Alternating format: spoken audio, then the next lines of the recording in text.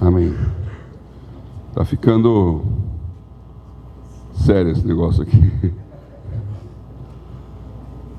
Essa é a parte mais difícil.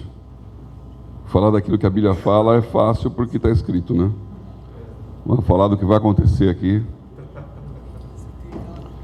Então, eu pensei dessa vez, como realmente nós estamos às vésperas da eleição, e esse é o fator mais fundamental para nós, né? Economia, você tem um cenário externo, que é a macro, a conjuntura econômica e política mundial, tem um cenário interno da nossa política, e tem os fatores que não mudam, de economia mesmo, de momento de produção, inflação, juros, taxa de câmbio. Hoje, no Brasil, o mais importante é o cenário interno, porque nós estamos definindo quem vai tomar conta do país nos próximos 4 anos, e não é apenas na questão do presidente, porque esta eleição é a eleição de presidente, governador, senador, 2/3, e deputados. Então, é a eleição que realmente vai definir o conjunto de pessoas que vão tocar o barco. E nós temos que entender 2 coisas desse pessoal. Primeiro, o que eles pensam, ou seja, como eles acham que o problema pode ser resolvido. Não é o diagnóstico, é a posologia. É como eles vão fazer, como eles acham que devem atuar para resolver o que está aí. E o que a gente mais vai ouvir na campanha é diagnóstico. Eles vão falar que a educação não está funcionando, que a violência é um absurdo, que a saúde está jogada às traças, que o governo está corrupto. E isso todo mundo sabe. É o diagnóstico. E a maioria deles é prometer o que absolutamente não pode cumprir. Não só porque não tem a vontade, mas porque também não tem a condição. Então você vai eleger o deputado estadual que fala assim: se você me eleger, eu vou acabar com a corrupção. Se eu for eleito, eu vou instalar um modelo assim. Não cabe ao deputado estadual. Outras coisas nem ao federal, nem ao senador. E tem coisas que nem o próprio presidente pode fazer. Então tem que tomar muito cuidado. Muito cuidado. Eu dei esse exemplo, acho que o ano passado, volto a ele aqui, ou ano retrasado, quando foi a eleição municipal. A economia de um país é como a economia familiar. É bem parecido. Então, as nossas famílias, de maneira geral, estão endividadas. Porque o nosso modelo desenvolvimentista que o governo do PT produziu foi de aproveitar uma bonança econômica mundial ímpar, em que os produtos brasileiros, as commodities, ganharam muito valor, não só brasileiros, mas toda a América Latina. Então, muito dinheiro entrando. E, corretamente, na minha opinião, focaram no social. Então, teve uma melhora da classe D e E, né? 40 milhões de brasileiros enriqueceram. Mas, não corretamente, eles produziram a sensação de riqueza em cima de consumo. Não pegaram esse dinheiro para investir em infraestrutura e produção. Então, todos foram às compras. A pessoa física e os estados. Então, o que o estado do Rio de Janeiro fez foi gastar o dinheiro da Olimpíada, gastar o dinheiro da Copa do Mundo, gastar o dinheiro dos royalties do petróleo e dos royalties futuros do petróleo, do que seria o pré-sal. Gastou tudo adiantado e sobrou o quê? Nada. As famílias é a mesma coisa. Então está endividado. Então imagina assim, você está com um problema financeiro, está devendo cheque especial, está com o nome sujo na praça, perdeu o emprego, tem um monte de dívida para pagar, junta a família, fala: pessoal, a situação está preta, temos aqui 2 opções. Cortadas as férias, ninguém viaja nas férias. Não tem mais internet. Não tem mais Netflix, não tem mais TV paga, a cabo, não tem mais restaurante e comida de fim de semana. Vamos vender o carro e vamos andar de ônibus e de bicicleta. e vão apertar o cinto. 2 anos. Vamos pagar todas as nossas contas e a gente começa de novo. Alternativa 1. Alternativa 2. Vamos pegar um empréstimo bancário e rolar esse negócio. Continua tudo igual e aí vamos ver se melhora. Votação.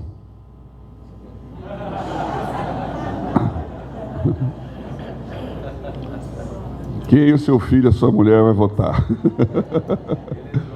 Em qual candidato? Vai ganhar no primeiro turno. É exatamente esse o problema brasileiro. Então vai chegar o fulaninho que vai dizer: eu vou rolar o seu problema e lá na frente vai dar certo. E não vai doer para ninguém. Porque você não merece sofrer. Não é sua culpa o que aconteceu. Não é você que tem que pagar essa conta. E essas 3 coisas podem até ser verdade, mas não tem alternativa. Você não fez isso, mas permitiu que alguém fizesse. Está feito, agora todo mundo vai pagar a conta. Todo mundo vai pagar a conta. E o que tem pela frente não é fácil. Então a eleição é um momento de decisão clara de quem está falando a verdade, que é o diagnóstico, e quem tem a melhor maneira para resolver esse problema, honesta. Então nós estamos aqui no momento, Winston Churchill. Ninguém, não sei se conhece muito a história do Winston Churchill, mas na Segunda Guerra Mundial, ele foi bem na Primeira Guerra Mundial, ele foi um herói da Marinha, e ele era conhecido por ser esse cara durão, visão, assim, tem que fazer o que tem que fazer, e nem o Partido Conservador gostava dele. E o candidato que ganhou era o candidato que dizia: dá para negociar, calma, vamos conversar. E foi levando Hitler. Vamos conversando, e o Hitler ia conversando. É conversar de conversa. Enquanto você conversa aí, eu faço canhão aqui.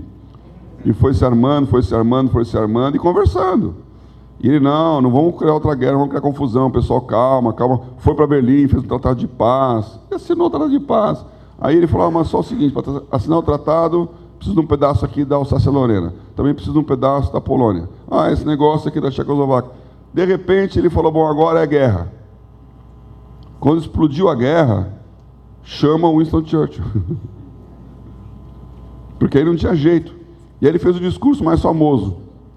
Falou assim: eu prometo sangue, suor e lágrimas, mas eu prometo, nós vamos acabar com Hitler.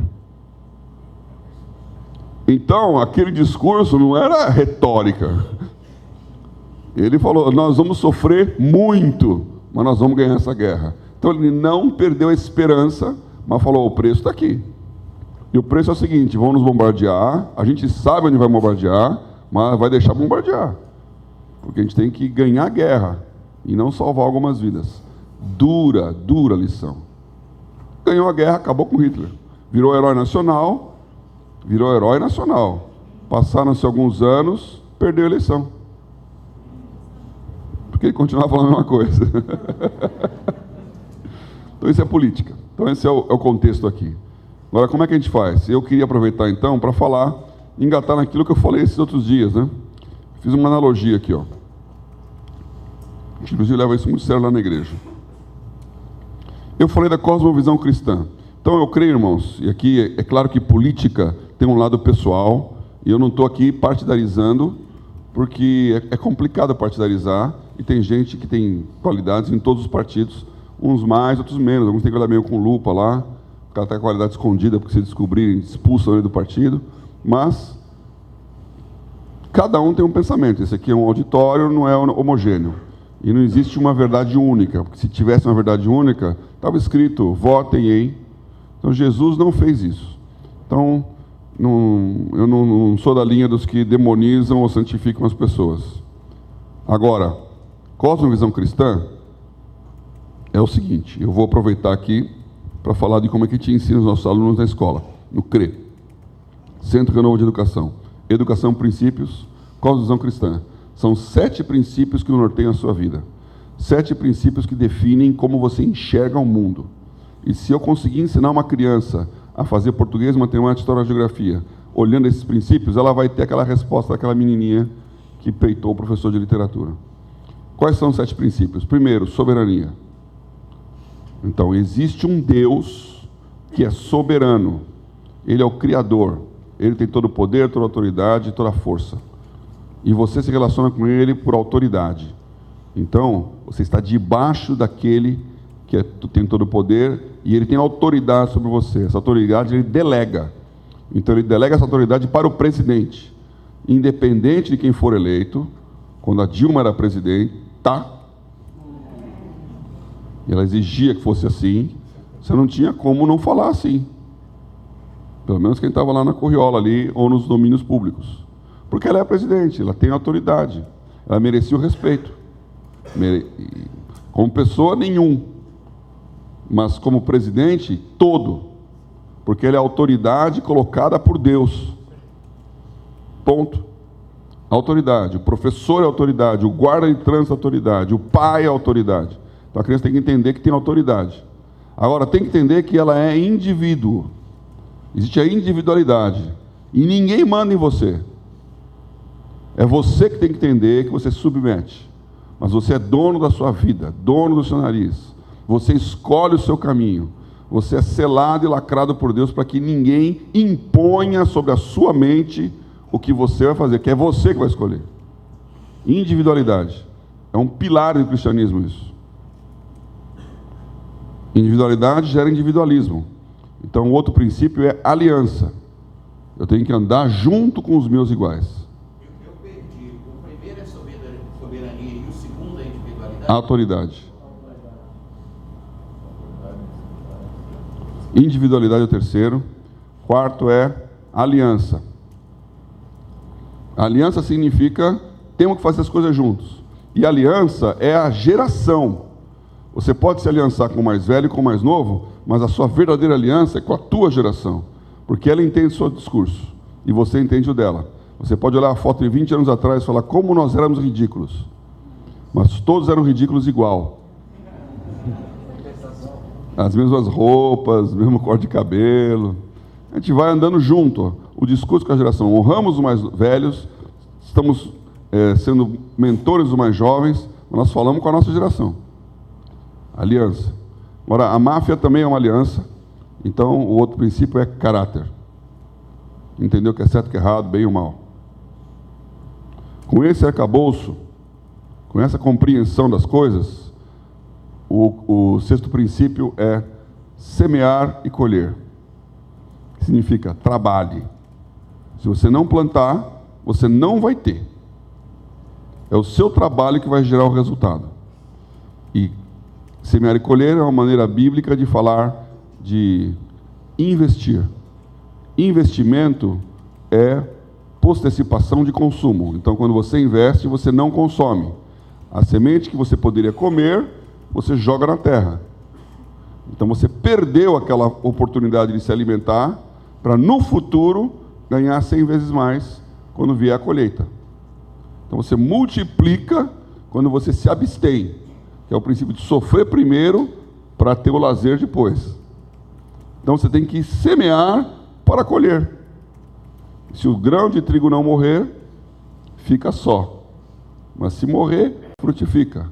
Então, abra mão. Isso eu sempre falo e aproveito aqui o lance. Não compre com crediário. Não use cheque especial. Não parcele, a não ser que seja sem juros. Que já não é sem juros. Mas, pelo menos isso.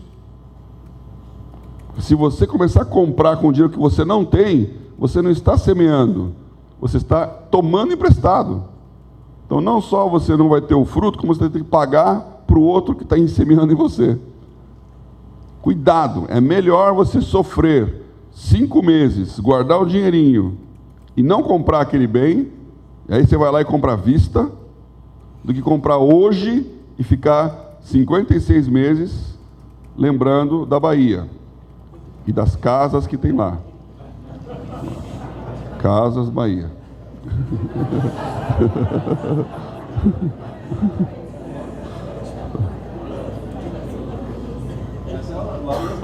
Gostou?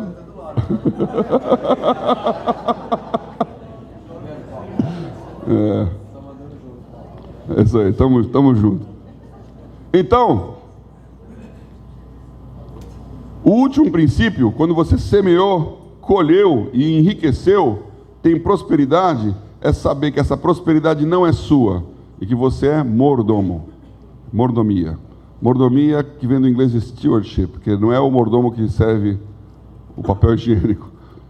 É aquele que é o administrador, o gestor, que recebeu do dono tudo para poder administrar e vai prestar contas da mordomia. Então nós vamos prestar contas da terra que nós recebemos, do meio ambiente que nós herdamos, da riqueza que nós herdamos. E essa riqueza tem que ser multiplicada. Deus vai cobrar. Então, são 7 princípios que mostram uma cosmovisão cristã. Isso tem que estar em você, porque não é o que o mundo prega, o mundo vai pregar ao contrário. Então, com esses 7 princípios, com essa cosmovisão, você tem que olhar o papel do Estado. Então, um cristão olhando para o Estado com esses valores na cabeça, o que ele vai olhar do Estado? Mordomia. Bom, só para fazer a propaganda, isso aqui é uma escola que funciona assim. Do ensino infantil ao ensino fundamental, em algumas escolas que não é a nossa, tem também ensino médio. Educação por princípios. São 150 escolas no Brasil que são educação por princípios, e tem uma associação que nós fundamos há 25 anos atrás, a ESEP, que tem vida própria, né? Não somos nós que tocamos, que é a Associação das Escolas Cristãs de Educação por Princípios. Um workshop todo ano. Esse ano foi lá no Inspire, em São José dos Campos, na igreja do Carlito Paz, igreja da cidade, que construiu uma escola do nada. Um empresário do Vale do Paraíba colocou lá 5 milhões de reais de oferta para fazer um prédio. Construiu um prédio assim, excelente. Nossa escola em São Paulo tem 500 alunos e está indo para a sua 3ª unidade. Está crescendo. Educação é o assunto do Brasil. Então você precisa pensar em educação. Se você quiser montar uma escola, a gente apoia. Tem o CIRI, Sistema Renovo de Ensino, ajuda a montar a escola, fazer negócio com o MEC, administração, gestão escolar, treinar professores, plano de aula e acompanhamento. Então é todo o pacote para que a criança desenvolva essa capacidade de entender. Estou falando de uma escola cristã, confessional, né? Educação por princípios. Bom, com esse arcabouço, como é que eu olho o Estado? Como é que eu vejo o papel do Estado? Esse assunto é um assunto vasto, não vou nem começar a falar, mas só lembrar que a única coisa que nós temos bíblica para falar do papel do Estado é a vez em que Deus criou um Estado, o Estado de Israel. Então, se olhar ali o que está escrito, você tem uma noção, guardar as proporções, porque isso foi 3.000 anos atrás, né? Um pouquinho mais. Então, tem as circunstâncias. Mas o que ele fez? Ele criou um modelo em que 11 tribos trabalham e uma tribo governa. Diferentemente de todos os países em volta, essa tribo que governa não tem poder absoluto. Ela vive da renda nacional. Então, o dízimo é a carga tributária de Israel, 10%. Isso, teoricamente, é considerado minarquia, estado mínimo, em que ele tem mínima necessidade de fazer as coisas. Com 10% a coisa funciona. E quanto ganha o sacerdote? Ele ganha 10% da renda nacional. Então, se você diminuiu a sua renda, eu ganho menos. É muito diferente do que acontecia lá. E é um grande interessado em fomentar a riqueza de todos, né? Então, tem várias similitudes aí, mas eu vou passar por cima por causa do tempo. Então, o que é o estado mínimo? Nós fazemos isso na nossa igreja. Nossa igreja é assim, tem 2 instâncias, governo e ministério, que até cabe aqui, literalmente, no país. Então, governo são 3 pessoas que são eleitas para governar a igreja. E ministério são todas as pessoas que trabalham fazendo o desenvolvimento da obra. e os ministérios elegem o governo. O governo é eleito e o governo reconhece ministérios. Ministérios são reconhecidos. Então o governo eleito, ele tem o poder de dizer, esse cara realmente tem um chamado de Deus para esta área. Vamos reconhecer esse ministério na vida dele. Criou o ministério. Então, o governo reconhece ministérios. Ministérios elegem governo. Eu não acredito em uma estrutura humana religiosa, porque tem um lado humano, que não tem mandato. Porque o poder corrompe, o poder absoluto corrompe absolutamente. Então, você tem que estar lá segurando a coisa. E se olhar na Bíblia, você vai ver lá, apóstolos, profetas, mestres, pastores e evangelistas. Efésios 4. O Espírito Santo escolheu. Ninguém elege um profeta. Você não faz uma eleição e fala, este homem será um profeta. Pode ter 100% dos votos, não vai profetizar. É Deus que tem que falar, esse aqui é um profeta. Pronto. Agora, presbítero, ancião, diácono, bispo. São palavras bíblicas de pessoas eleitas. Eleitas. E 1 Timóteo 3 fala, se alguém deseja episcopado, excelente coisa deseja. Convém, porém, que o bispo seja. E aí vem o critério de que ele tem que ter.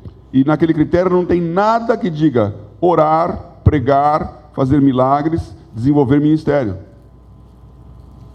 O que tem lá é honesto, família em sujeição, hospitalidade, não bebe, ou não bebe muito. Deixa eu relativizar aqui para vocês. Lá em São Paulo nós estamos ainda no Velho Testamento, que o sumo sacerdote não bebe. Mas não dado ao vinho, né? Não falava de cerveja. Não. Se fosse uma igreja alemã, seria diferente, né? Então, não pode perder a sua capacidade de governar, não pode perder a sua capacidade de liderança, não pode perder a sua capacidade de ser exemplo. Então, ele não tem nada a ver com fazer milagres, pregar muito bem, isso é ministério. Ministério desenvolve e o governo controla. Então, olhando isso e fazendo uma transposição para nós como país, como é que a gente enxerga o governo? Ele controla o orçamento feito pelos ministérios.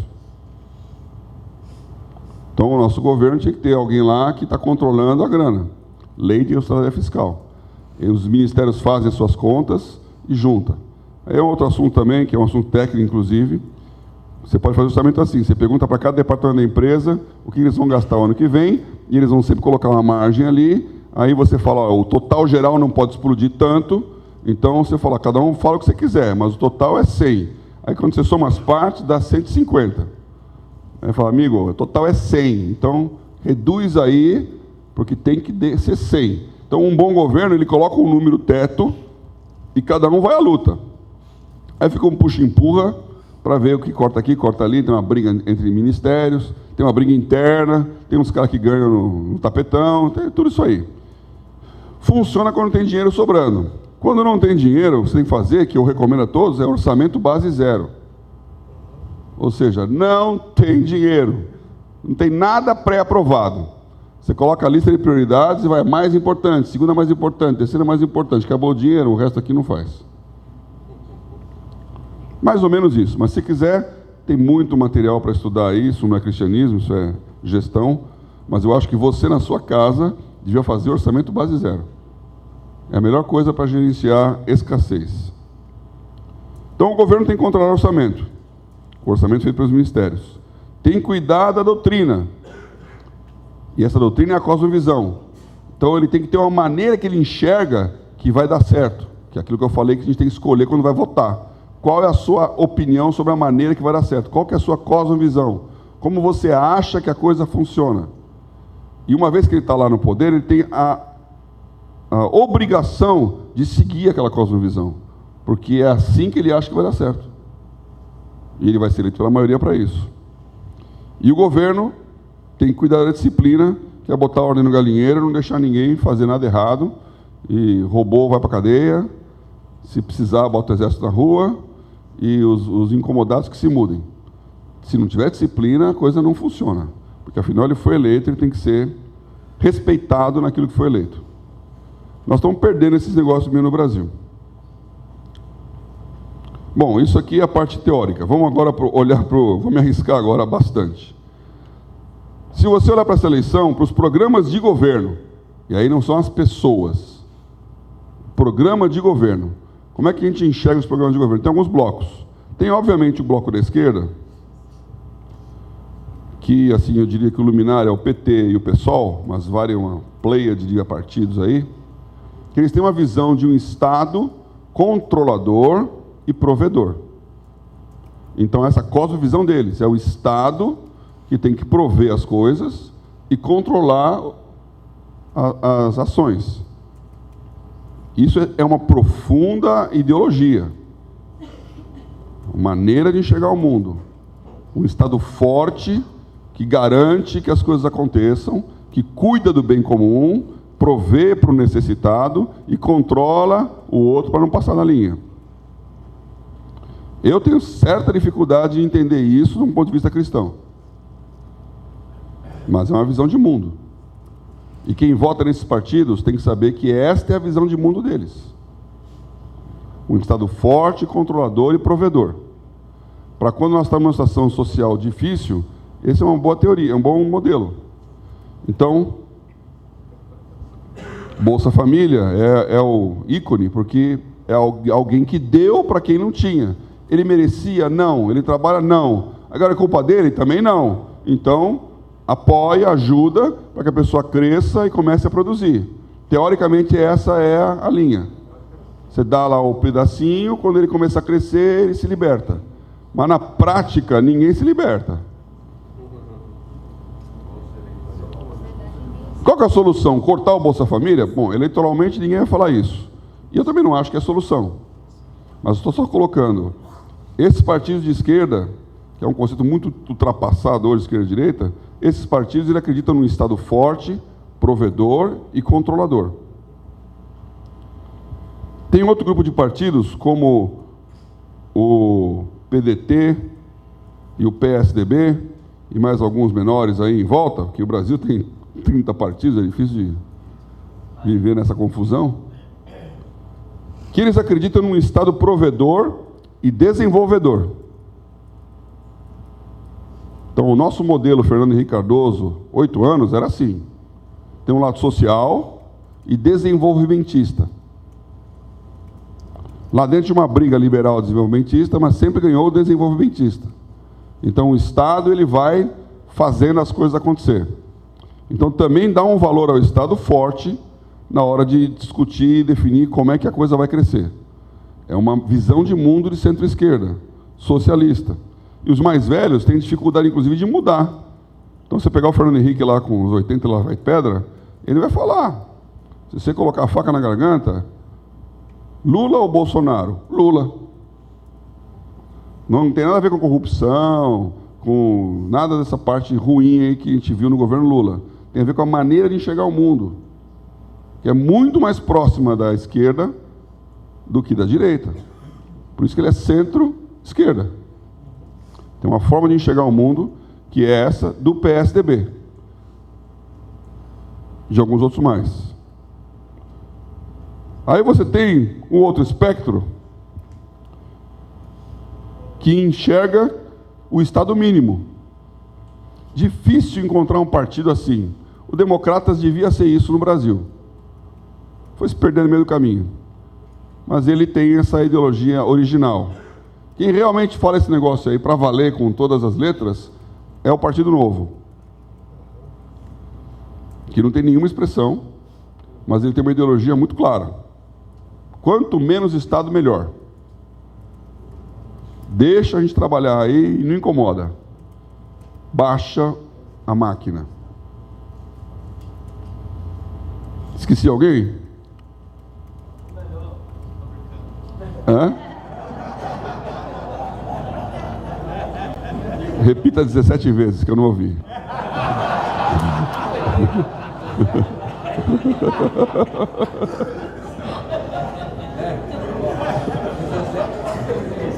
33.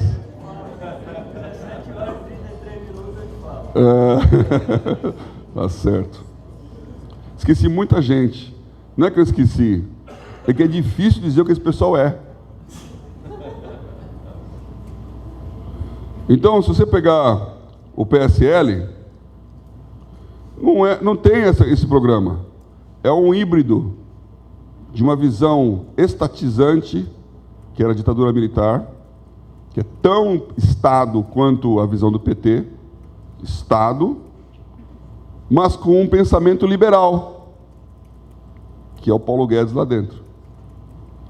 Então, o discurso tem sido menos Estado, é o mesmo discurso do Estado Novo. Agora, é isso que vai acontecer? Esse é um ponto de interrogação. Porque existe um hábito, existe um discurso, existe uma história que é difícil de avaliar, porque não tem a história de uma pessoa ou de um grupo delas. Então, é um ponto de interrogação. E eu colocando isso aí de uma maneira bem clara. Isso não estou dizendo que não estou dando um aspecto negativo. Pode ser uma bela surpresa. Pode ser uma grande decepção. Agora, está falando aquilo que as pessoas querem ouvir, principalmente os cristãos. Então, o PSL, ele tem um discurso de Estado mínimo, de cortar custo, de desestatizar e, obviamente, de anticorrupção. Mas não tem histórico nenhum por trás. E a rede? É a mesma coisa. É um negócio meio híbrido. E ao longo do tempo foi mudando. A primeira eleição da Marina, ela nos surpreendeu. Eu conheci a Marina e fiquei muito impressionado com ela, porque ela tem uma pessoa que ela fala, tal. Parece um vagalume lá falando, né? Parece que vai apagar, mas ela não apaga, né?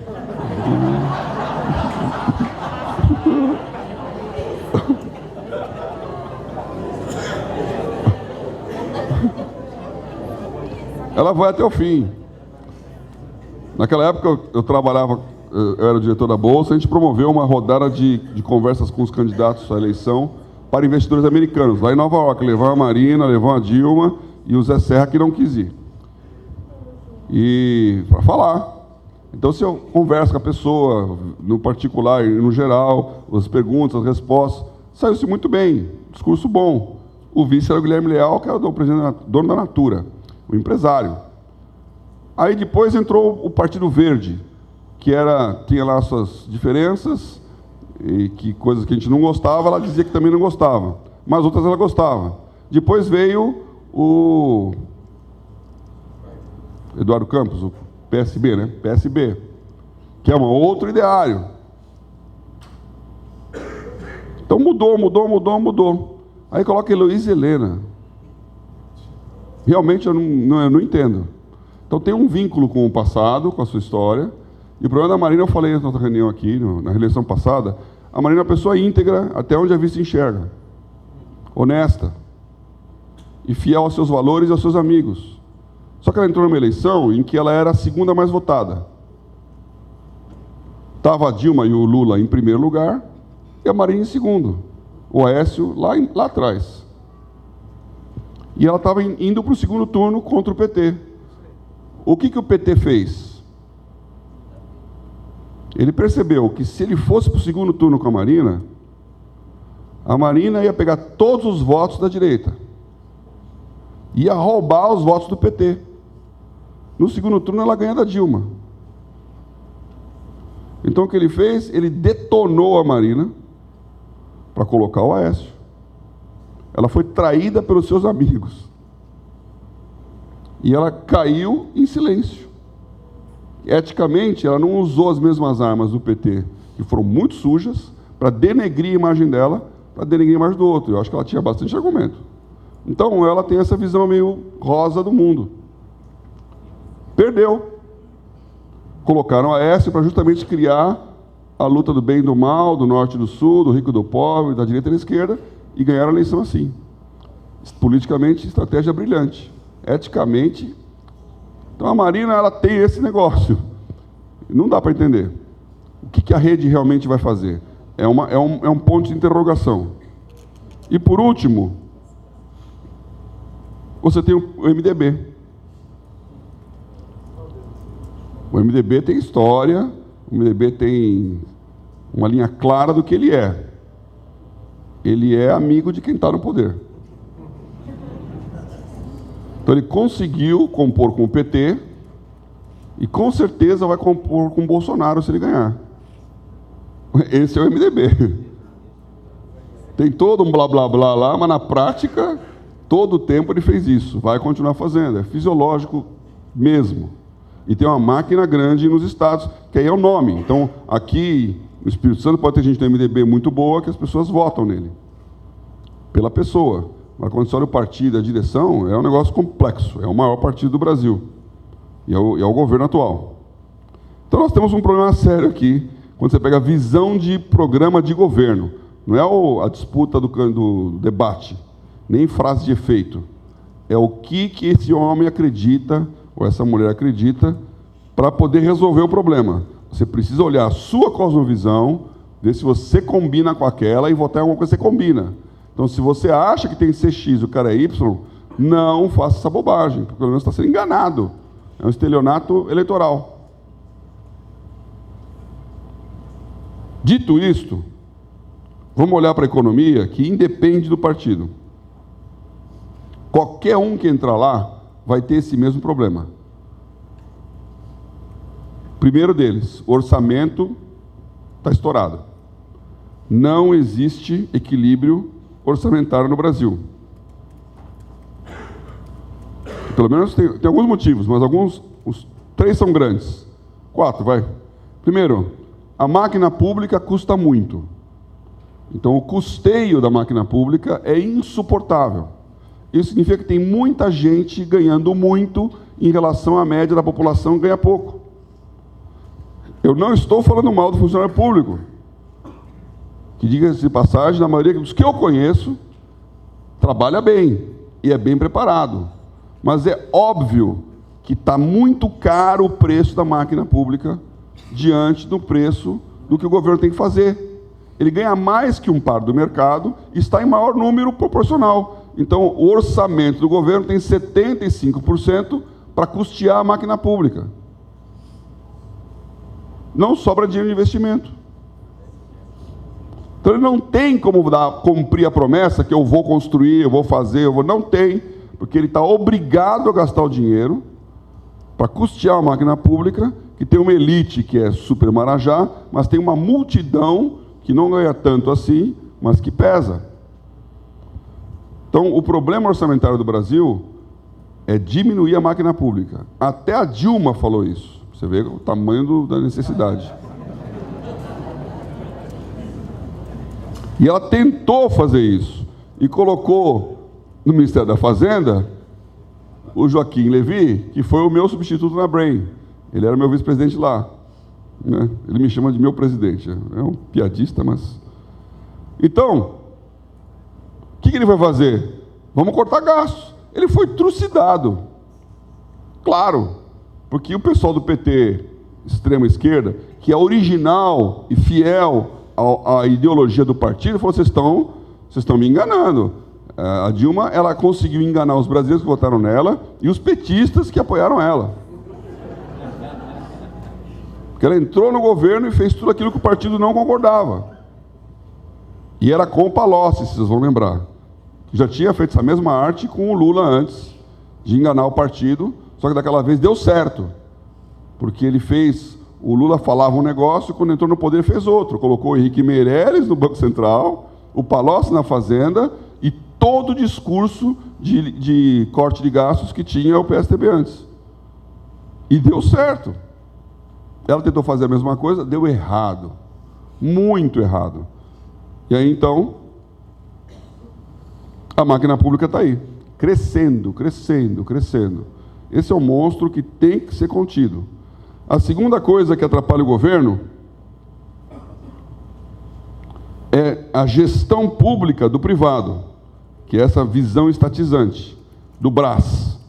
Então, o governo quer fazer a empresa e fazê-la funcionar. Então, ele cria estatal.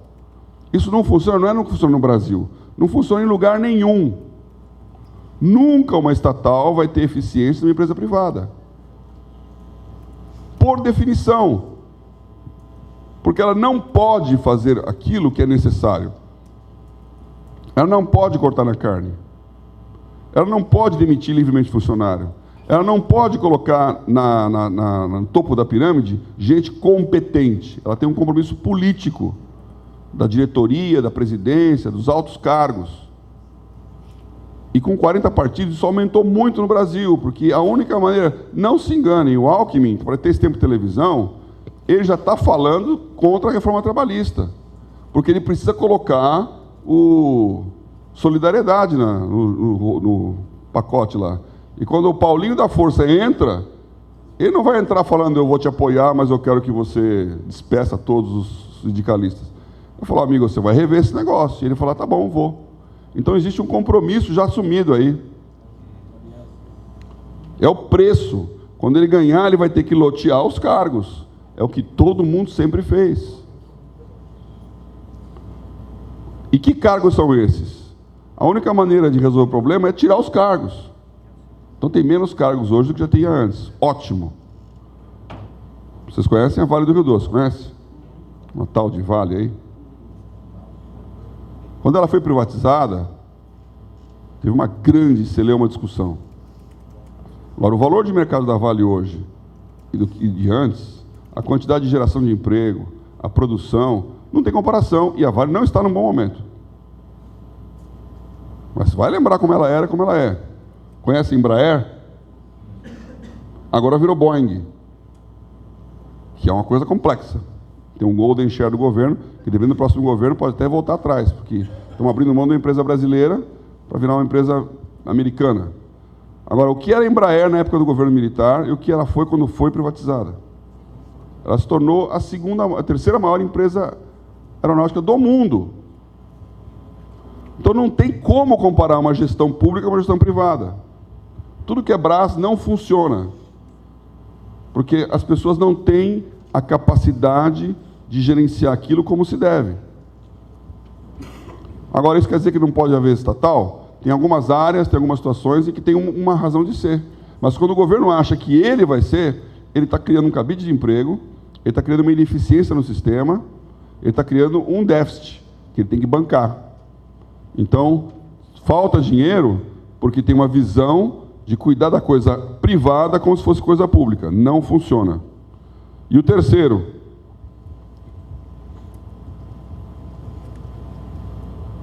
previdência.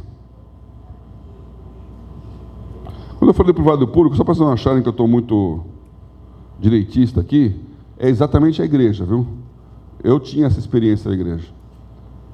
Quando eu comecei lá, a igreja local, né? Tem uma associação de igrejas, que a igreja está na família, que são 50 igrejas, mas tinha a minha igreja lá do Butantã. Então, quando a gente começou a igreja do Butantã, tinha capital, tinha dinheiro. Eu falei, nós vamos fazer um negócio aqui. 20% do dinheiro da igreja, nós vamos financiar os irmãos. Então, faz uma lista aí, vê quem precisa. Empréstimo. É um BNDES. Vamos ajudar aqui as pessoas. Foi a pior coisa que eu fiz.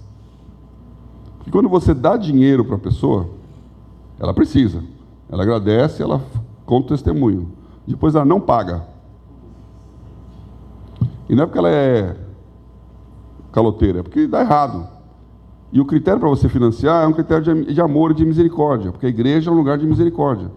Então você fala, coitado do irmão, precisa de ajuda, vão ajudá-lo. Só que ele não trabalha, ele não desenvolve, ele não pensou bem, ele não planejou, ele não tem... E na hora que dá errado, ele não paga. Na hora que ele não paga, ou você cobra e fica mal com ele, ou ele tem vergonha na cara e sai da igreja de vergonha porque não paga, ou então ele briga com você, dizendo que você está cobrando. Só dá errado. Mas na hora que o irmão vem para a igreja, fala, tem um problema, eu falo, vamos orar? A gente ora. Aí acontece um milagre, ele volta e dá o dízimo. A igreja tem que orar, não tem que prestar dinheiro. É o papel dela. Ela não foi feita para empresariar. Ela foi feita para receber e abençoar.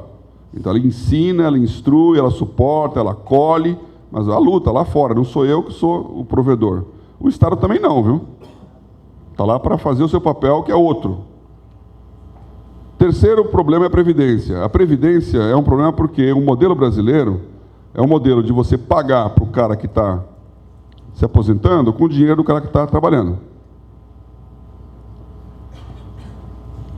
Esse modelo mudou já no fim do Fernando Henrique. Benefício definido, contribuição definida. Era o absurdo do absurdo. Então a pessoa trabalhava 20 e tantos anos, 30 anos, 35 anos, e tinha um direito a uma previdência. Ele contribuiu para poder receber aquele dinheiro? Não. Se contribuiu mais ou menos, eu não vou nem entrar na regra aqui, que você já conhece essa história. Mas a maioria das pessoas não pagaram, mas tinham o direito. De onde vem esse dinheiro? Ele não surge do nada. Só que quando começou esse modelo, 6 brasileiros trabalhavam para um brasileiro que se aposentava. Então, toda a ineficiência do governo e da má gestão não cobria essa capacidade de arrecadação. Então, o governo tinha dinheiro para colocar e pagar o fulaninho que se aposentava. Isso chama-se população economicamente ativa. Ela está crescendo. Então, quando ela cresce, tem mais gente trabalhando do que gente se aposentando. A pirâmide mudou. Então, agora tem 1,5 brasileiro que entra para 1 brasileiro que sai. E o dinheiro do estoque foi mal gasto. Cadê o dinheiro que estava aqui? Então, não tem o dinheiro do estoque e não tem o dinheiro do fluxo. Como é que ele vai pagar o cara? Não vai pagar. Então, amigos, a Previdência está quebrada. Ela está quebrada. Tem um monte de discurso para cá e para lá, explicando um monte de coisa, mas na prática é uma questão atuarial. As pessoas estão vivendo mais, estão gastando mais, e tem menos gente recolhendo. Então, tem menos dinheiro entrando, mais dinheiro saindo, está quebrado. Se você é jovem, pense seriamente na sua Previdência.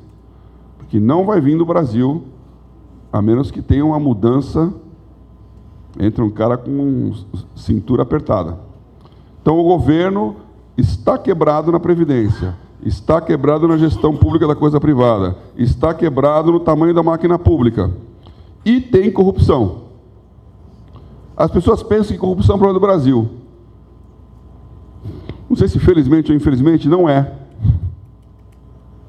No tamanho da nossa economia, o nível de corrupção que nós temos, ele é tolerável. Eu estou falando do ponto de vista econômico, claro que não é do ponto de vista ético. Mas não é a corrupção que está demolindo o Brasil. Não é o Lula, que tem não sei quantas fazendas, que está causando a pobreza da nação. Nós temos que ser contra a corrupção porque ela é endêmica. E ela cria uma postura de não trabalhar, de não produzir. Esse é um problema. Então eu sou absolutamente contra a corrupção. Mas economicamente falando, o custeio da máquina, investir onde não deve, resolver o problema previdenciário é muito maior do que o custo da corrupção. Mas essas 4 coisas fazem com que o orçamento do governo não vá fechar. A conta não fecha. Então, quem entrar aí tem que cortar gastos. A resposta para o próximo governo é cortar gastos. E alguém tem que dar para ele essa força. Então, vote em alguém que diga que vai cortar gasto. Seja de esquerda, seja de direita. Porque se o cara falar que não vai cortar, ele está te enganando. Pior se ele cumprir a promessa. Porque aí ele arranjou um banco para emprestar a grana. Nós estamos aumentando a bola de neve. E vai ser difícil um governo entrar e falar, vou cortar gasto. Porque na hora que ele cortar gasto e começar a doer, toda a oposição vai falar, está vendo, está vendo, está vendo? Essa esquerda é toda comunista? A esquerda? Vamos definir comunismo, né? Se você colocar comunismo como aquele lá, o stalinismo, não é. Mas essa visão de que o Estado é que resolve, toda a esquerda tem. Toda a esquerda tem. Então, o comunismo, eu acho que nem os comunistas são mais comunistas, né? Então, sobrou um bandinho aí perigoso, que mora no PSOL, que acredita nisso. Comunismo é sério?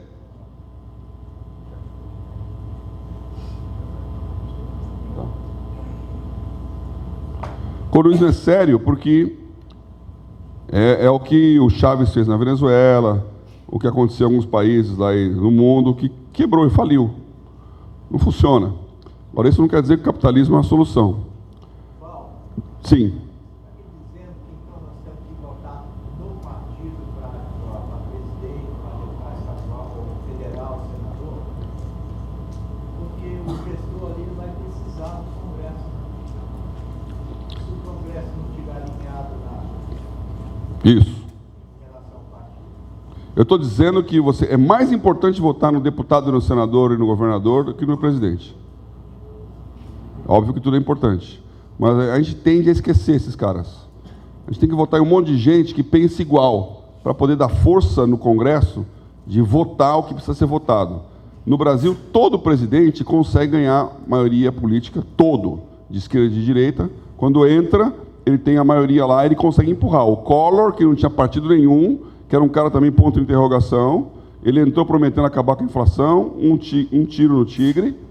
Ele fez a coisa mais absurda que já se imaginou, que hoje é um trauma nacional, de confiscar, e o Congresso apoiou. Porque um presidente eleito tem força do voto. Todo o povo disse, é esse cara. E essa é a força do sistema. Então, temos que ter um Congresso que pense aquilo que a gente acredita.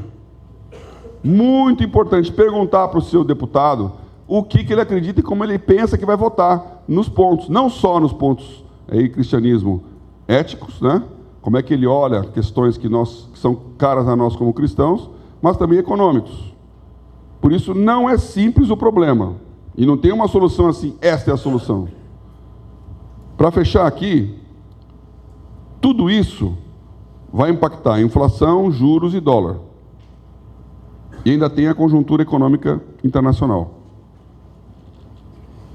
Então, o que o MDB fez muito bem, eu falei isso ano passado, a equipe econômica é a melhor que nós já tivemos.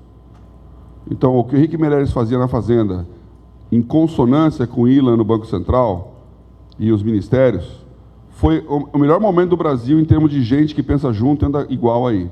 Eles pegaram um negócio destruído, que era o final do impeachment, destruído, e mudou. Então, é uma ação econômica, não é nem ação política, que deu o seu resultado, mas um efeito de curto prazo. Então, nós temos a inflação controlada, vocês lembram que a inflação era um problema. Nós estamos com 11% de inflação subindo. Agora nós estamos namorando 3% e com um problema, aspas, de ficar abaixo da meta. O Banco Central reduziu a taxa de juros. Chegou no máximo que ele dá para reduzir. Então tem uma política econômica que está funcionando e começou a atrair capital. O Brasil é o terceiro maior país de atração de investimentos do mundo. E continua. Investimento estrangeiro direto. Está entrando aqui. Esse ano passado foi recorde. E esse ano caminha para bater também.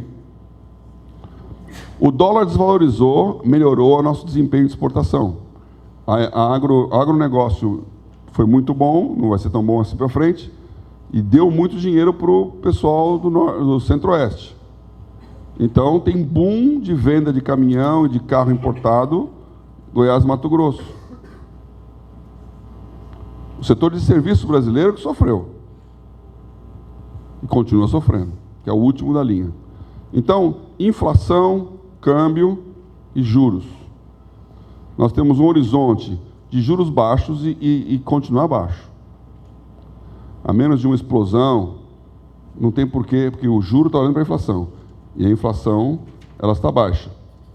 Ela está aguentando um dólar crescendo e continua não passando para a repasse de preços. Isso tende a continuar.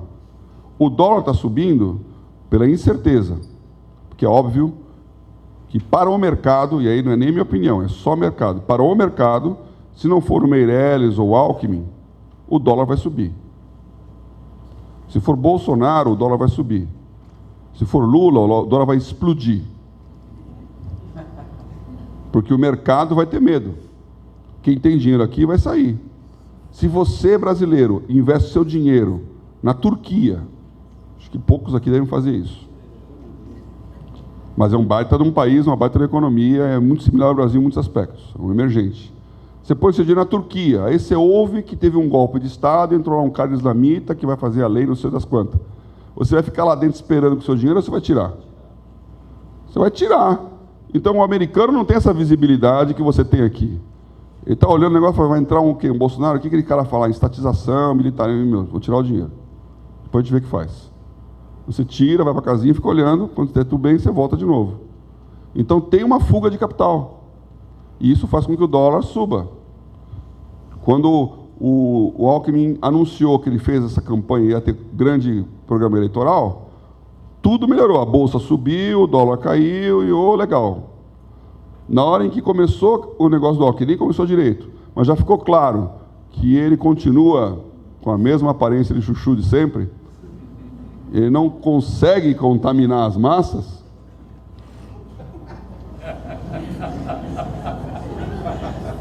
Eu conheço bem o Alckmin, eu gosto dele, inclusive, como pessoa. Mas ele não tem nenhuma empatia política. Vai comparar o Alckmin com o Bolsonaro. Ele vai perder todas. Então, de novo, o dólar começou a subir. Então, a pesquisa eleitoral daqui para frente vai ser muita instabilidade. E de acordo com quem ganhar, dependendo do que vai falar, então, se ganhar Bolsonaro, vai ter uma pergunta. O que ele vai fazer na prática? Porque não está claro o que vai acontecer. E ele não tem nenhum histórico para dizer que vai fazer isso ou vai fazer aquilo. Nada. O Partido Novo vai ganhar? Provavelmente não. Ele tem muita coerência, mas não tem nenhum voto. Então nós estamos diante de um ambiente de votar naquilo que você acredita, mas depois no segundo turno você vai votar naquilo que é o melhor ou menos pior. Mas é melhor votar na interrogação ou no ponto que já é definido?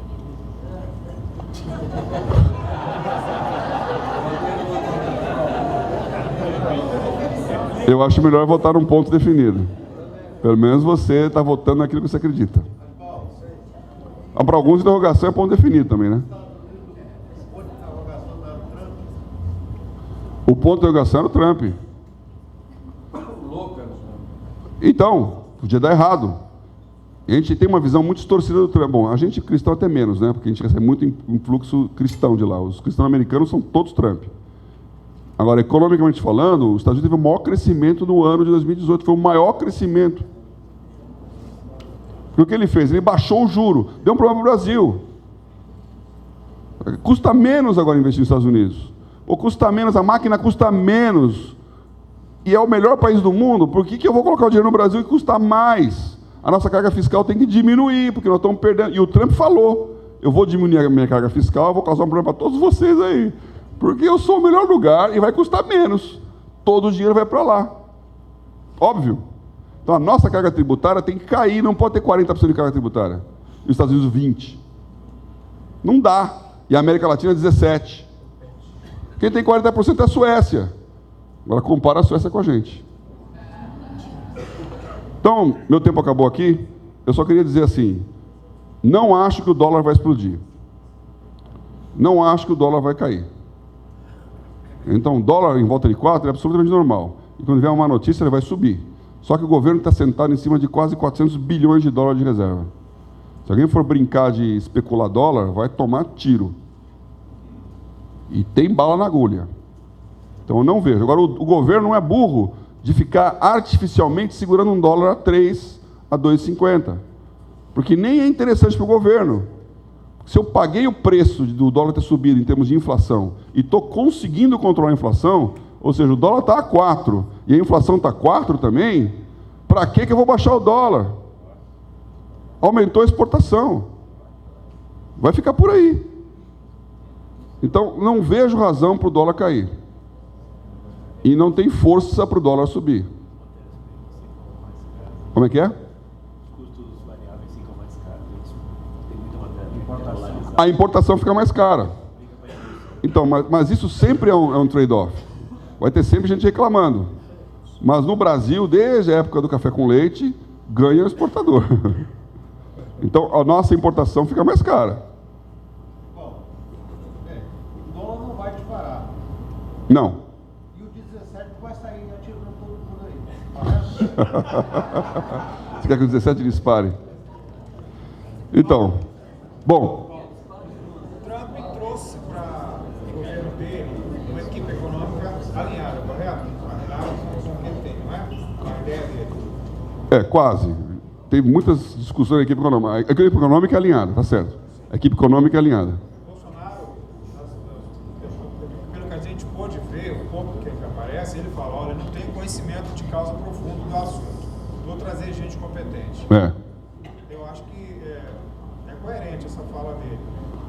A fala é coerente. Ele está trazendo o Paulo Guedes, que é um cara só, que tem umas visões meio esotéricas, às vezes, em alguns assuntos. Mas é um cara que, pelo menos, não vai fazer o discurso da esquerda. Então, a gente tem certeza que, se vier Bolsonaro, ele não vai fazer o discurso estatizante e petista. Tem certeza disso. O que vai fazer é uma pergunta. Não existe máquina. Então, em termos de máquina, só tem 3 máquinas no Brasil. É a máquina do PT, a máquina do PSDB e a máquina do PMDB. Essas 3 máquinas não vão desaparecer. Então, dependendo de quem ganha, uma máquina prevalece. Se ganhar Ciro Gomes, ou o Lula, ou o Haddad, que é uma probabilidade menor, a máquina do PT vai estar lá fortíssima. Só que agora ela vai dizer, não negocio mais com o centro-direita. Então agora é Chaves e Evo Morales. Eu acho que esse é o nosso pior cenário do mundo. É o pior cenário do mundo, porque o petista agora ele tem que radicalizar para a esquerda, que é o que o Lula já fez. Então, se ele ganhar, ele vai ser coerente com esse cenário. Essa máquina está aí, e se ganhar outro, ela vai ficar bombardeando o outro tempo inteiro. Coisa que eles sabem fazer bem. A máquina do PMDB, do MDB agora, ela é grande, capaz e totalmente modulável. Ela vai entrar para abraçar o que ganhar e vai abraçar para matar o cara. Porque ela é campeã em fazer isso. Ela é jiu-jitsu. O cara chega todo fortão e... E a máquina do PSDB, que é a melhor em termos de inteligência e tal, eu gosto muito dos economistas, sei lá, é uma questão até de background. Gente muito inteligente está lá no PSDB falando. Ela tem uma visão de centro-esquerda. Não existe máquina do PSL, não existe. Então vai ter que usar uma dessas aí. E aí começa um trabalho. Esse é o drama nosso aqui. Eu estou preocupado com o tempo. Paulo, uma pergunta. De modo otimista, para voltar a uma coisa, estabilizar o mercado, seja quem ganhar aí, você falaria o quê? Uns 2, 3 anos? Menos. Ele está falando uma maneira otimista, 2, 3 anos para equalizar o mercado. Você colocou bem, cenários, né?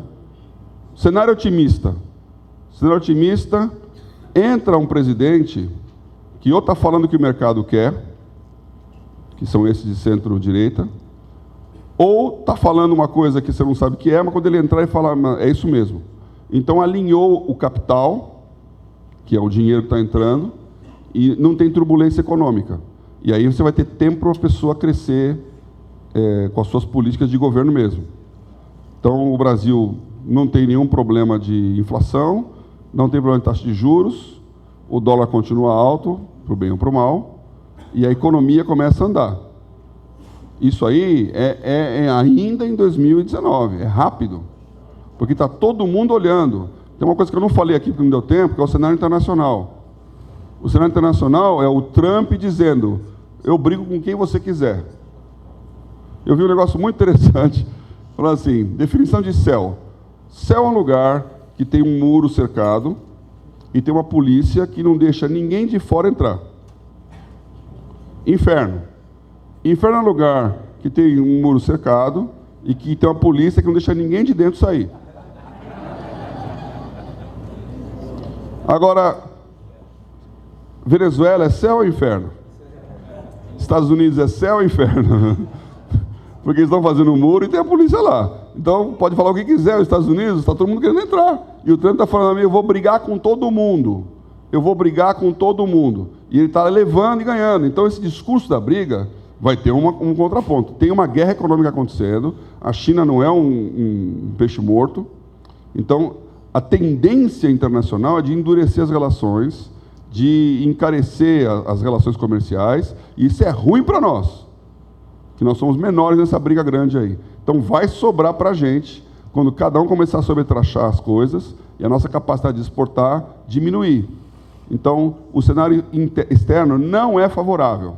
Não é favorável. Agora, há um crescimento econômico americano. E isso é bom para todo mundo. Então, tem que pegar. E tem a loucura que é assim, se a Coreia do Norte jogar uma bomba, se o ISIS destruir Londres, né, se a embaixada americana mudar para Tel Aviv e os palestinos lá, então, para Jerusalém. Então, existem uns Cs que não são tão doidos assim, que pode acontecer aí, que para piorar também. É difícil ver alguma coisa para melhorar. Então, o cenário internacional não é tão favorável como em 2003, quando tudo soprava a favor. Então, colocando isso adicionalmente no nosso caldeirão aqui, eu acho que o Brasil tem uma força econômica exterior e o mundo, uma necessidade do Brasil, que continua. Na hora em que a gente melhorar um pouquinho, o dinheiro que está olhando lá fora aqui está complicado e perigoso, vem para cá também.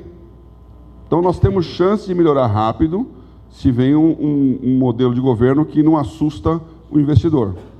Esse é o cenário otimista. O cenário pessimista, horrível, é entrar um pessoal, né, entrar lá a Manuela, que acredita no que ela fala. Porque esse é o problema. O Lula não acredita no que ele fala. Essa é a vantagem dele. A Manuela acredita. Ela fala aquele negócio como se fosse a verdade. Então, na hora que entrar, isso é um genocídio. Aí, amigos, realmente, o próximo Valorem, eu estarei com vocês aqui, num telão.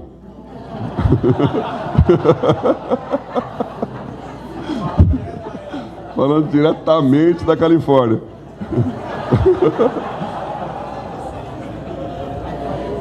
Onde já está o meu filho.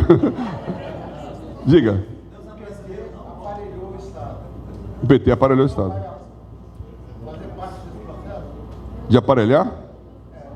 Vai pegar o aparelhamento do PT, parece que vai entrar no centrão também. O PT aparelhou o Estado, é verdade. Tem alguns cargos que são mais sensíveis do que outros, por educação, problema sério, que tem anos e anos de professores sendo treinados com uma visão humanista, inclusive os cristãos. Então o MEC está lá falando. Agora, o MEC não discute economia, ele discute o futuro do país. É aquela visão socialista correta de que se você ganhar a nova geração, você no médio tempo você ganha todo mundo. Então, esse desaparelhamento é lento, mas eu acho que economicamente falando, ele não vai atrapalhar no começo assim não, porque o pessoal fica quietinho lá, né? Resistência passiva. Fala, por favor, sobre China, perspectiva de privatização e crescimento do mercado interno. Se você acha que eles vão entrar em ferrovia, em porto, agronegócio, e a gente tem esse problema externo, mas a gente tem um baita mercado interno que está subutilizado até por questão de desemprego. Como é que você vê isso? É duro, né? Só dizer... Juro de cartão de crédito, fuja disso, né? Zero. Continua alto, imenso, é um escândalo, o maior agiota hoje é o banco, não faça cartão de crédito. Em relação à China, é uma coisa favorável a nós, porque a briga com os Estados Unidos, a China precisa de parceiros. O Brasil é o único país de relevância que tem superávit com a China. A gente exporta mais para a China do que importa. É uma raridade mundial isso, porque é segurança nacional. Eu já falei aqui, a China precisa do nosso frango e do nosso porco. Precisa. E a China, quando cresce, precisa do nosso minério, que facilita a vida de vocês aqui. Ferro e tudo mais. Então, o Brasil é uma questão de segurança nacional para a China. Ela está se aproximando. A China formou, eu tive agora em maio, na reunião do BID, que foi em Mendonça.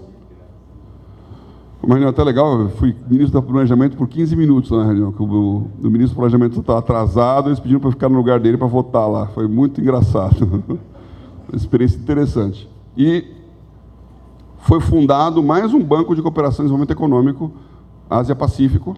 O Brasil é observador. A China está colocando dinheiro pesado nisso. Então, ela está investindo. África e América Latina.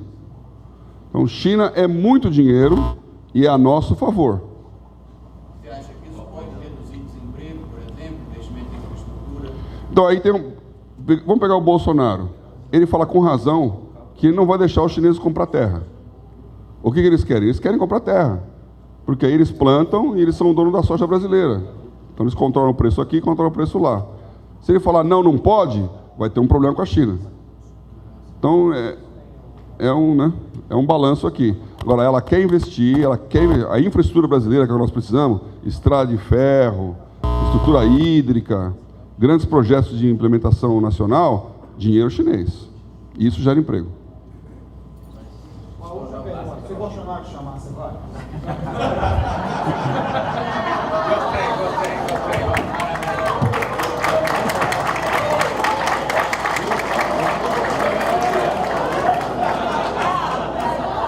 Já tem um Paulo lá, né? Essa pergunta é muito complexa, porque... Eu peço oração a vocês, não para o Bolsonaro, mas assim, eu tenho uma dúvida na minha cabeça mesmo. Eu gastei 20 anos da minha vida com esse pessoal, com Dilma, Lula, tenho foto de todos eles. Eu recebi um CD agora que estava lá em casa jogado, fui olhar, era fotos da minha época de bolsa, né? Cumprimentando um monte de gente, fazendo discurso, fazendo IPO. E isso foi uma coisa que Deus me falou, eu contei já essa história aqui. Foi um milagre que aconteceu que me convidaram, ainda na época do Fernando Henrique. Eu tive um sonho em que eu estava sentado na mesa com o Fernando Henrique e ele estava falando, vamos discutir os grandes problemas nacionais. Isso foi em 90 e... Ele estava presidente ainda. Nunca aconteceu isso, eu conhecia de longe. E em 2008, então 10 anos depois, por causa do sonho, eu fui convidado para ser o diretor executivo da Bolsa e o presidente já tinha me convidado várias vezes, eu tinha dito não já várias vezes. Porque eu estava no meu negócio de igreja. Aí ele falou, Paulo, eu vou te fazer um convite. Antes de responder, não diga nada, fique uma semana pensando e conversa com a Leni. Que ele já me conhecia, todo mundo lá, né? Então eu cheguei para cá e falei, Leni, me convidou de novo. Aí ela falou, será que isso não é uma coisa de Deus para você falar com o governo? Lembra aquele sonho do Fernando Henrique e tal, etc e tal? Quem sabe não é isso? Eu falei, é verdade. E quando nós estávamos conversando sobre isso, bateu o meu e-mail, ele está com o computador aberto e o e-mail. Fernando Henrique convida para um almoço. Um negócio assim, muito engraçado. Você estava falando dele e veio um e-mail do Fernando Henrique convidando para um almoço. Que era 10 anos de privatização da Telebrás. Ia ter um evento e eu estava sendo convidado. E eu estava na meio list por causa da Bolsa, inclusive. Não era o Fernando Henrique, ele não me conhecia pessoalmente. Então, eu fui nesse evento. É uma história comprida que eu tenho que cortar aqui, aconteceu um monte de coisa interessante no evento, eu fiquei do lado dele, sentado, conversando. E conversamos. Ao final, eu aceitei o convite da Bolsa, e uma das ações que eu tinha na Bolsa era de falar com o Instituto Fernando Henrique Cardoso, que é um think tank que ele tem lá. Então, eu comecei a ser um interlocutor dele. Aí um dia eu fui lá no Instituto, sentamos à mesa, e ele sentou e falou assim, Paulo, vamos debater aqui os grandes projetos nacionais. Quando ele falou aquilo, deu aquele, né? Eu falei, presidente, posso tirar uma foto? Aí trouxe o fotógrafo, fui tirar uma foto, a gente sentar na mesa lá. Essa foto que apareceu aqui no meu CD. Então, assim, foi uma coisa que eu sei, Deus fez aquilo. Foi de Deus mesmo. Me deu um relacionamento durante muito tempo com esses presidentes, com essas pessoas. Agora, faz há 4 anos, 3 para 4 anos, que eu estou cuidando de outros assuntos, incluindo a igreja, incluindo os negócios. E esse assunto governo está aí pairando. Eu fui nessa reunião do BID em Mendonça, que foi agora em abril, maio desse ano. Eu conheço o presidente do BID, conheço a diretoria, conheço um monte de gente. Então, eu vou na reunião, é muito legal, só que eu não tenho mais nenhum crachá. Eu não sou Bolsa, eu não sou Brain, eu não sou governo. Então eu estou lá, eu fui com a Leni e falei, nós vamos morar aqui, porque acho que é a última reunião que eu venho. Porque tem que gastar um tempo, um dinheiro, um foco, que é muito legal, massageia o ego, mas e daí? Então eu falei, essa é a última. Aí quando eu cheguei na reunião, quando foi fazer a abertura da Assembleia do BID é feita pelos ministros das fazendas de todos os países, são os governadores que eles chamam. E cada reunião do BID elege o presidente da Assembleia, que é o ministro da Fazenda do país que hospeda. No caso, era a Argentina. Então, ia ter aquela cerimônia de posse para começar os trabalhos. Negócio meio político, né? Eu estou lá sentadinho, chega uma pessoa e fala, seu Paulo, vem aqui. Pensei até que eu tinha sentado no lugar errado. Era o protocolo do banco. Falou, o ministro do Planejamento, que representa o Brasil, está atrasado. Nós já estamos há meia hora, está o presidente da Argentina, todos os ministros, a reunião não começa porque o Brasil não chegou.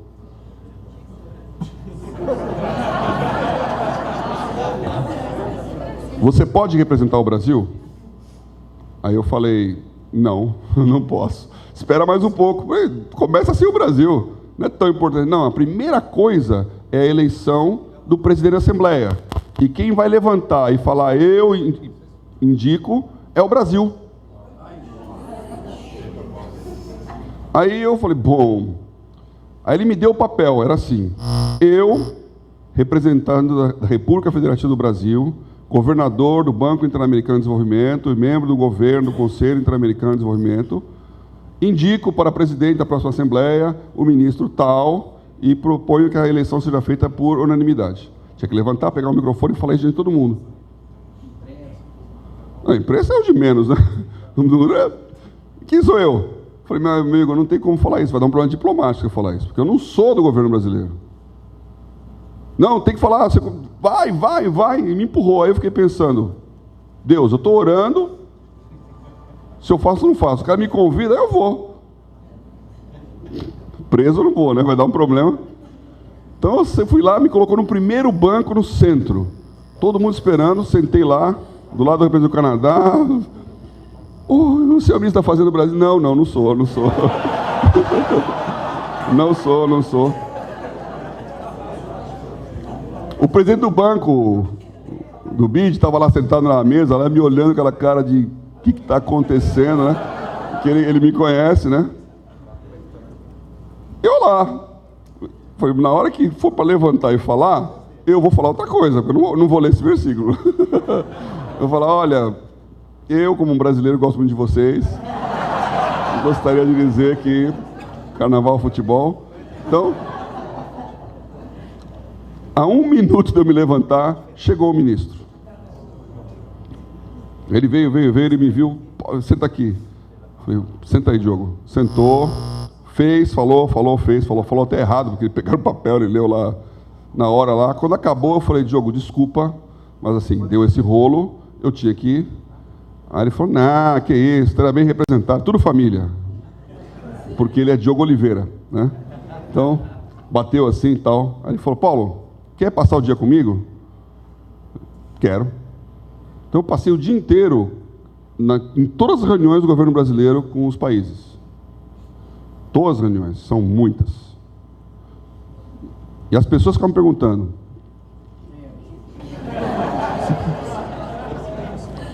no final da reunião, o pessoal do BID já me conhecia, né? No final da reunião veio a chefe da delegação brasileira lá em Washington, falou, senhor Paulo, só me desculpa a pergunta, quem é você? Por que você está aqui? Falei, olha o e-mail que ele mandou a mensagem, olha o que me mandaram aqui. Ela olhou aqui e falou, não é possível. Não, isso é um absurdo. Como é que ele faz? Ia dar um problema diplomático mesmo se desse aquele problema, né? Tinha que esperar o Brasil. Então, assim, eu conto essa história que é divertida para dizer assim, e agora o quê? Então eu continuo com a mesma dúvida. Eu não sei o que vai acontecer, eu não tenho tempo para dar esse foco, tenho um relacionamento governamental, mas eu não sei o que Deus tem para mim. Então, agradeço as orações e agradeço a paciência. Deus abençoe vocês nos negócios, nas orações, nas igrejas, e que o 7º encontro seja para comemorar o melhor país que nós vamos ter.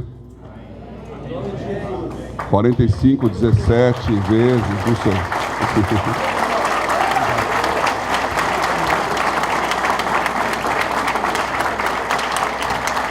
Nós sabemos que esse assunto, Paulo, que todo ano você tem trazido, e provavelmente o 7º, nós vamos te pedir esse assunto, é um assunto que demanda tempo e algumas perguntas que quase que você tem que ser adivinho por algumas coisas, né, Paulo? Mas até aqui você tem acertado, tá bom?